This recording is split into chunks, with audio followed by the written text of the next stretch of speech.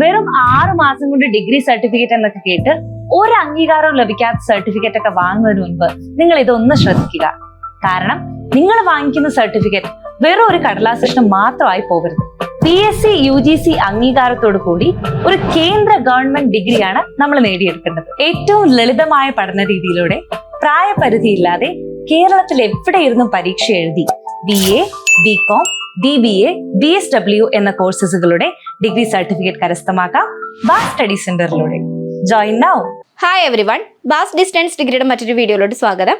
അപ്പോൾ ഇന്നത്തെ വീഡിയോയിൽ നമ്മൾ ഡിസ്കസ് ചെയ്യാൻ പോകുന്നത് ശ്രീനാരായണ ഗുരു ഓപ്പൺ യൂണിവേഴ്സിറ്റിയുടെ മലയാളം എന്ന് പറയുന്ന സബ്ജക്റ്റിൽ നമുക്ക് എന്തൊക്കെ കാര്യങ്ങളാണ് ശ്രദ്ധിക്കേണ്ടത്, അല്ലെങ്കിൽ മലയാളം എങ്ങനെ ഈസി ആയിട്ട് പഠിക്കാം എന്നുള്ള കാര്യങ്ങളാണ് ഇന്നത്തെ വീഡിയോയിലോട്ട് ഡിസ്കസ് ചെയ്യുന്നത്. അപ്പോൾ ഡീറ്റെയിൽ വീഡിയോയിലോട്ട് പോവാം.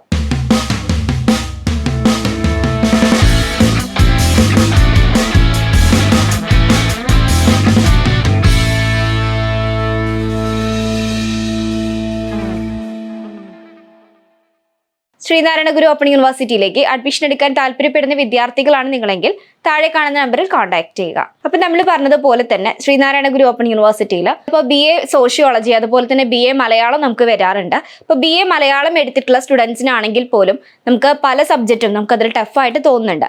അപ്പൊ ഈ ഒരു സബ്ജക്റ്റ് എങ്ങനെ നമുക്ക് ഈസി ആയിട്ട് പഠിക്കാം എന്നുള്ളതാണ് ഇന്നത്തെ വീഡിയോയിലൂടെ നമ്മൾ ഡിസ്കസ് ചെയ്യുന്നത്. ഇപ്പൊ മലയാളത്തിലാണെങ്കിൽ BA മലയാളത്തിൽ നമുക്ക് ഫസ്റ്റ് സെമസ്റ്ററിൽ വരുന്ന 2 പേപ്പറാണ് നമുക്ക് മലയാള കവിത ആധുനികം അതുപോലെ കേരള ചരിത്രം പ്രാചീന മധ്യകാലം എന്നത്.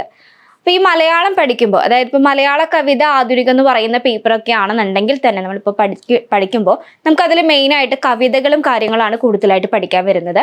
നമുക്ക് ഇമ്പോർട്ടൻ്റ് ആയിട്ട് നമുക്ക് ആദ്യം മുതലേ ചോദിക്കുന്ന ഒരു ടൈപ്പ് ഓഫ് ക്വസ്റ്റ്യൻ എന്ന് പറയുന്നത് വിശദീകരിക്കാനുള്ള ക്വസ്റ്റ്യൻസ് ആണ് കൂടുതലായിട്ട് വരാറുള്ളത്. അപ്പൊ ഈ ഒരു മലയാളത്തിൽ വരുന്ന കവിതയും കാര്യങ്ങളും അതിൻ്റെ അർത്ഥം മനസ്സിലാക്കിയിട്ടാണ് നിങ്ങൾ ഓരോ ക്വസ്റ്റ്യനും ആൻസർ എഴുതേണ്ടത്.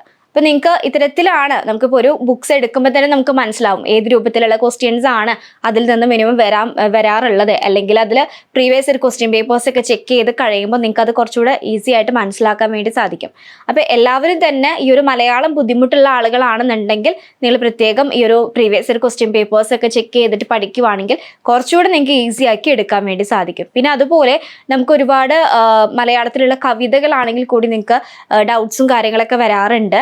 അപ്പം അതൊക്കെ നമ്മളായിട്ട് തന്നെ അതിൻ്റെ അർത്ഥവും കാര്യങ്ങളൊക്കെ മനസ്സിലാക്കിയിട്ട് വേണം നമ്മൾ പഠിക്കാനായിട്ട്. അപ്പം അങ്ങനെ പഠിച്ച് കഴിഞ്ഞിട്ടുണ്ടെങ്കിൽ നിങ്ങൾക്ക് വലിയ ബുദ്ധിമുട്ടില്ലാത്ത രീതിയിൽ നിങ്ങൾക്ക് ഓരോ എക്സാംസും നല്ല മാർക്കോട് കൂടി തന്നെ പാസ്സാവാൻ വേണ്ടി സാധിക്കും. മലയാളം നമുക്ക് അത്ര ബുദ്ധിമുട്ടുള്ള സബ്ജക്റ്റ് ഒന്നുമല്ല. അതിൽ ചെറിയ ചെറിയ വാക്കുകൾ മാത്രമാണ് നമുക്ക് കിട്ടാത്തതോ അല്ലെങ്കിൽ നമ്മളെ ബുദ്ധിമുട്ടിക്കുന്നതോ ആയിട്ട് തോന്നുക. അപ്പോൾ അത്തരത്തിലുള്ള കാര്യങ്ങൾ എന്താണോ എന്നുള്ളത് നോക്കിയിട്ട് അതിനനുസരിച്ച് നിങ്ങൾക്കത് ക്ലിയർ ചെയ്ത് എടുക്കാവുന്നതേ ഉള്ളൂ. ഇപ്പോഴാണെങ്കിൽ നമുക്കിപ്പോൾ ഗൂഗിൾ ആണെങ്കിലും അല്ലെങ്കിൽ ഇപ്പം ഒരുപാട് പ്ലാറ്റ്ഫോം നമുക്ക് അവൈലബിൾ ആയിരിക്കും. അപ്പം അതനുസരിച്ച് നിങ്ങൾ പഠിക്കുമ്പോൾ നിങ്ങൾക്കിപ്പോൾ എന്തെങ്കിലും മീനിങ് ഒക്കെ കിട്ടാത്തതാണെങ്കിൽ കൂടി അത് ജസ്റ്റ് ഒന്ന് സെർച്ച് ചെയ്ത് കണ്ടുപിടിച്ച് കഴിഞ്ഞാൽ നമുക്കത് കിട്ടാവുന്നതേ ഉള്ളൂ. അതുപോലെ തന്നെ നമുക്കിപ്പോൾ ഒരു ടെക്സ്റ്റ് ബുക്കിൻ്റെ പിറകിലാണെങ്കിൽ കൂടി നിങ്ങൾക്ക് അതിൻ്റെ മീനിങ്ങും കാര്യങ്ങളൊക്കെ ഉണ്ടായിരിക്കും. നിങ്ങൾക്ക് ആ ഒരു എന്താണ് അർത്ഥമാക്കുന്നത് എന്നുള്ള കാര്യങ്ങൾ കറക്റ്റായിട്ട് കൊടുത്തിട്ടുണ്ടായിരിക്കും. അപ്പോൾ മെയിനായിട്ടും വായിക്കുക. നിങ്ങളിപ്പം പഠിക്കുന്ന ഏതൊരു ബുക്കാണെങ്കിലും നിങ്ങൾ കറക്റ്റായിട്ട് വായിച്ച് കഴിഞ്ഞെങ്കിൽ മാത്രമേ നമുക്കതിന് കറക്റ്റായിട്ട് ആൻസേഴ്സ് എഴുതാൻ വേണ്ടി സാധിക്കുകയുള്ളൂ. പിന്നെ അത് മാത്രമല്ല പ്രീവിയസ് ഇയർ ക്വസ്റ്റ്യൻ പേപ്പേഴ്സൂടെ ഒക്കെ ഒന്ന് കറക്റ്റായിട്ട് ഇരുന്ന് ചെക്ക് ചെയ്തതിന് ശേഷം മാത്രം എക്സാമിന് വേണ്ടി പോവുക. അപ്പോൾ ഈ ഒരു മലയാളം നിങ്ങൾക്ക് ഏറ്റവും സിമ്പിളാക്കി എടുക്കാൻ പറ്റുന്നതേ ഉള്ളൂ. അപ്പം പഠിക്കുമ്പോൾ നിങ്ങൾ മെയിനായിട്ടും അർത്ഥം മനസ്സിലാക്കി തന്നെ പഠിച്ചു കഴിഞ്ഞിട്ടുണ്ടെങ്കിൽ നമുക്കൊരു ബുദ്ധിമുട്ടും ഉണ്ടായിരിക്കില്ല. അതുപോലെ തന്നെ നമുക്ക് മലയാളത്തിൽ ഒരുപാട് ക്വസ്റ്റ്യൻസ് വരുന്നുണ്ട്. 1 വേർഡ് വരാറുണ്ട്. അതുപോലെ നമുക്ക് എസ്സേ ടൈപ്പ് ഓഫ് ക്വസ്റ്റ്യൻസ് ആണ് മെയിനായിട്ടും വരാറുള്ളത്. അപ്പം അത്തരത്തിലുള്ള കാര്യങ്ങളൊക്കെ പ്രത്യേകം ശ്രദ്ധിക്കുക. അപ്പോൾ നിങ്ങൾ പഠിക്കുമ്പോൾ തന്നെ നിങ്ങൾക്ക് ഏകദേശം ഒരു ഐഡിയ കിട്ടിയിട്ടുണ്ടായിരിക്കും ഇതിൽ നിന്നും ഏത് ക്വസ്റ്റ്യൻസ് ചോദിക്കാൻ ചാൻസസ് ഉണ്ട് എന്നുള്ള കാര്യങ്ങളൊക്കെ ഉണ്ടായിരിക്കും. അപ്പോൾ അത്തരത്തിലുള്ള കാര്യങ്ങളൊന്ന് നോട്ട് ചെയ്ത് വെക്കുക. പിന്നെ അതുപോലെ തന്നെ നിങ്ങൾക്കിപ്പം മനസ്സിൽ നിൽക്കാത്ത കവിതകളോ അല്ലെങ്കിൽ പഠിച്ചിട്ട് മനസ്സിലാവാത്ത കാര്യങ്ങളോ ആണെങ്കിൽ നിങ്ങൾ ഒരു കാരണവശാൽ അത് മാറ്റി വെക്കരുത്. അത് വീണ്ടും വീണ്ടും ആവർത്തിച്ച് വായിച്ചുകൊണ്ടിരിക്കണം. കാരണം നമുക്ക് വായിച്ചെങ്കിൽ മാത്രമേ അതിൻ്റെ മീനിങ് നമുക്ക് മനസ്സിലാക്കി എടുക്കാൻ വേണ്ടി സാധിക്കുകയുള്ളൂ. നമുക്ക് ബുദ്ധിമുട്ടാണെന്ന് തോന്നുന്ന സബ്ജക്റ്റ് ഒരു കാരണവശാൽ അത് മാറ്റി വെക്കരുത്. നമുക്കത് എക്സാമിൽ മാർക്ക് സ്കോർ ചെയ്യാൻ വേണ്ടി പറ്റണമെന്നുണ്ടെങ്കിൽ നിങ്ങൾക്ക് മാക്സിമം ഈ ഒരു പ്രീവിയസ് ഇയർ ക്വസ്റ്റ്യൻ പേപ്പേഴ്സ് അല്ലെങ്കിൽ നിങ്ങൾ തന്നെ ഒരു എക്സാം എഴുതി ഒരു ക്വസ്റ്റ്യൻസിന് അതിന് ആൻസർ ചെയ്യാൻ വേണ്ടി ശ്രമിച്ചെങ്കിൽ മാത്രമേ നമുക്ക് ആ ഒരു സബ്ജക്റ്റും കാര്യങ്ങളൊക്കെ കൂടുതൽ മനസ്സിലാക്കാനും അതുപോലെ തന്നെ നല്ല മാർക്കോട് കൂടി പാസ്സാവാനും വേണ്ടി സാധിക്കുള്ളൂ. അപ്പം ഏതൊരു സ്റ്റുഡൻ്റ് ആണെങ്കിലും ഇപ്പോൾ ഏതൊരു സബ്ജക്റ്റ് ആണെങ്കിലും നമുക്ക് അതിൻ്റെതായിട്ടുള്ള ബുദ്ധിമുട്ടുകൾ ഉണ്ടായിരിക്കും. എങ്കിൽ കൂടി നിങ്ങളത് പഠിക്കുന്ന രീതിയിൽ നിങ്ങൾ വരുത്തുന്ന ഓരോ ടിപ്സും കാര്യങ്ങളൊക്കെ യൂസ് ചെയ്യുമ്പോഴാണ് നമുക്ക് ഏതൊരു സബ്ജക്റ്റും ഈസി ആയിട്ട് കൈകാര്യം ചെയ്യാൻ വേണ്ടി സാധിക്കുള്ളൂ.